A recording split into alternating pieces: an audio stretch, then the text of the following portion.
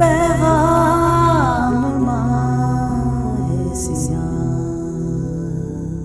اعوذ باللہ من الشیطان اللعین الرجیم، بسم اللہ الرحمن الرحیم، الحمد للہ والصلاة علی اہلہا، اما بعد۔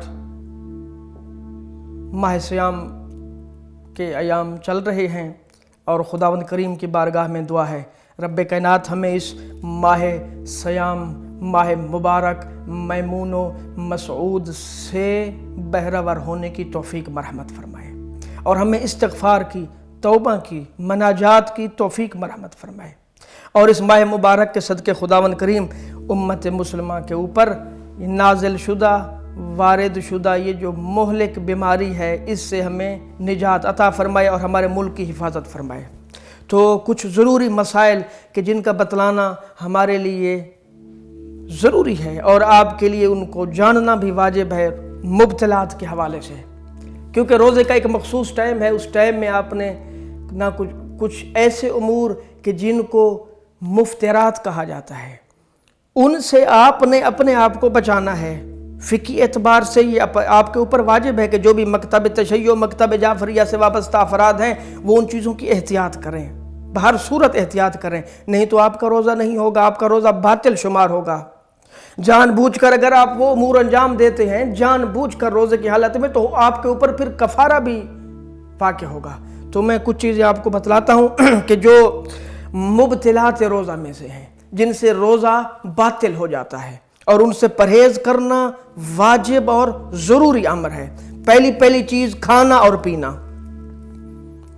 صبح اذان سے پہلے چند منٹ جو احتیاط لگائی جاتی ہے اور مغرب کے وقت تک کہ جو شیڈول ہم نے جاری کیا ہوا ہے، تمام پورے ملک میں جاری ہوتا ہے، جو کیلنڈر بنایا جاتا ہے، اس کو سامنے رکھ کے آپ نے ان حفاظتی تدابیر کو اپنے سامنے رکھنا ہے، اور ان محرمات سے، مفترات سے کہ جو روزے کو باطل کر دیتی ہیں، مفتر ہیں جو چیزیں، مفترات سے آپ نے اپنے آپ کو بچانا ہے، یہ واجب ہے آپ کے اوپر۔ پہلی چیز کھانا اور پینا، چاہے آپ تھوڑی مقدار میں کھائیں یا زیادہ مقدار میں کھائیں، آپ نے جب کھایا یا پیا یہ چیز آپ کے روزے کو باطل کر دے گی۔ جان بوجھ کر اگر آپ مسئلہ جانتے ہوئے بھی آپ نے کھایا اور پیا تو پھر آپ پر قضا کے ساتھ ساتھ کفارہ بھی واجب ہوگا اگر جان بوجھ کر آپ نے کیا ہے تو۔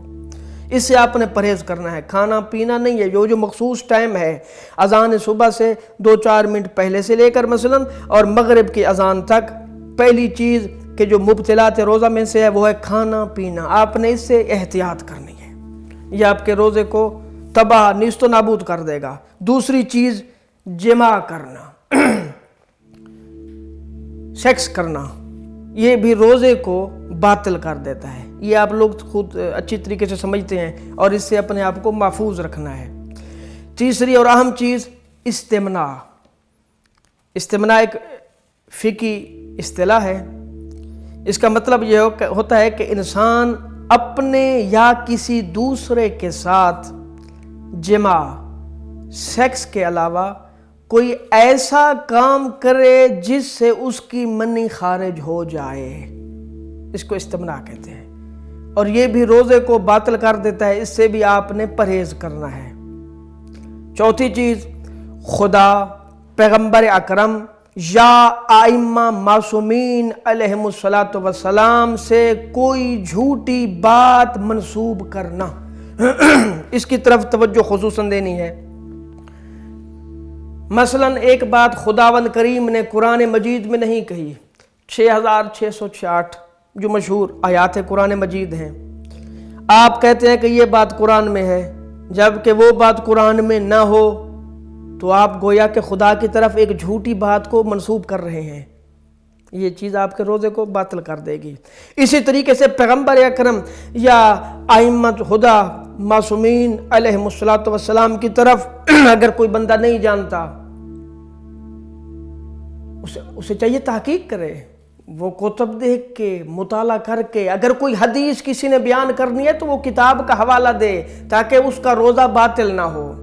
پیغمبر اور معصومین کی طرف کوئی جھوٹی نسبت دینا بغیر کسی تحقیق اور تدقیق کے، تنقیح کے، اپنے مرضی سے اپنی منشا سے کوئی بات اگر بندہ کر دے اور پیغمبر نے وہ بات نہ کہی ہو، معصوم نے وہ بات نہ کہی ہو، خدا کے کلام نے وہ بات نہ کہی ہو، تو وہ چیز روزے کو باطل کر دیتی ہے۔ اس سے آپ نے احتیاط کرنی ہے۔ احتیاط واجب کی بنا پر غبار کا حلق تک پہنچانا، ایک گہرا غلیظ غبار، اس سے آپ نے احتیاط کرنی ہے۔ یہ عموماً ہونا تو یہ چاہیے کہ جب آپ روزے کی حالت میں باہر نکلتے ہیں اور جہاں پر مثلاً مٹی زیادہ ہے، مٹی اڑ رہی ہے، غبار اڑ رہا ہے، تو وہاں پر آپ اپنے کوشش کریں اپنے چہرے کو، اپنے منہ کو ڈھانپ دیں۔ اگر کثیر مقدار میں غبار آپ کے حلق تک پہنچ گیا تو یہ چیز آپ کے روزے کو باطل کر دے گی، اس سے بھی آپ نے احتیاط کرنی ہے۔ پھر علماء فرماتے ہیں پورے سر کو پانی میں ڈبونا۔ جیسے بندے گرمیاں ہوتی ہیں تو بندے کیا کرتے ہیں جی، ہم سوئمنگ پول پر جا رہے ہیں، ٹیوب ویل کے نیچے بیٹھ جاتے ہیں اور وہ ڈبکی لگاتے ہیں۔ ڈبکی اگر کوئی لگائے گا اور اپنے سر کو، پورے سر کو پانی میں ڈبوئے گا ڈبکی لگا کے ارتماسی طریقے کے ساتھ مثلا، تو یہ چیز بھی روزے کو باطل کر دیتی ہے۔ اذان صبح تک جنابت، حیض یا نفاس پر باقی رہنا، یہ بھی روزے کو باطل کر دیتا ہے۔ صبح کی اذان ہو گئی اور آپ کو پتہ ہے کہ آپ مجنب ہیں، جان بوجھ کر آپ نے غسل نہیں کیا تو اس دن کا آپ کا روزہ باطل، یہ ذہن میں رکھیں۔ تو آپ پھر کیا کریں؟ اگر مثلاً اذان سے 20-25 منٹ رہ گئے ہیں اور آپ کی آنکھ کھلی ہے تو کھانا پینا واجب نہیں ہے، مستحب ہے۔ سحری کرنا، کھانا مستحب ہے، واجب نہیں ہے۔ آپ فوراً، کیونکہ آپ روزہ رکھنا چاہتے ہیں نا، اپنے روزے کو بچائیں، آپ فوراً پہلا کام یہ کریں کہ آپ فوراً غسل کریں، غسل جنابت کریں۔ اگر کوئی مستور ہے، اس نے غسل حیض کرنا ہے تو وہ غسل حیض کر لے، اس کے اگر خون رک چکا ہے۔ اور اگر نفاس والی عورت ہے، بچہ جس کا پیدا ہوا ہے اور اس کی جو مدت ہے وہ پوری ہو چکی ہے، تو اب اسے چاہیے کہ وہ غسل کرے۔ اگر جان بوجھ کر مجنب جنابت پر باقی رہا اور عورت کا حیض کا خون کل رات ایک دن پہلے ختم ہو چکا تھا اور اس نے غسل نہیں کیا اور صبح کی اذان تک اسی حالت پر رہ گئی تو اس کا روزہ باطل۔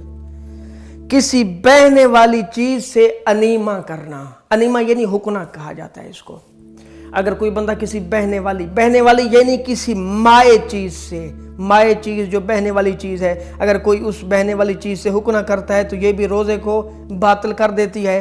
پھر قے کرنا، اگر کوئی بندہ جان بوجھ کر عمدن الٹی کرتا ہے، قے کرتا ہے، تو یہ بھی اس کے روزے کو باطل کر دیتی ہے۔ میں یہ ضروری مسائل بتا رہا ہوں، ان کی تفصیلات علماء کرام نے، مراجع نے اپنی کتب کے اندر، رسائل عملیہ کے اندر تفاصیل کے ساتھ درج کی ہیں۔ ان کی تفاصیل آپ وہاں پر ملاحظہ کریں، اور میں نے جو اہم مسائل تھے، ضروری تھے، ان کی طرف آپ کو میں نے متوجہ کر دیا ہے۔ خداوند کریم ہمیں صحیح معنوں میں روزہ دار بننے کی توفیق مرحمت فرمائے، اور ہمیں ان مفترات سے، محرمات سے بچنے کی توفیق عطا فرمائے، تاکہ ہم صحیح معنوں میں روزے کے فلسفے کو سمجھ سکیں۔ یہ آخری بات، یہ تو ہیں روزے کو باطل کرنے والی چیزیں، لیکن کچھ چیزیں ایسی ہوتی ہیں کہ جو روزے کو باطل نہیں کرتی، لیکن روزے کے اثر کو، جو معنوی اثر ہے، اس کو زائل کر دیتی ہیں۔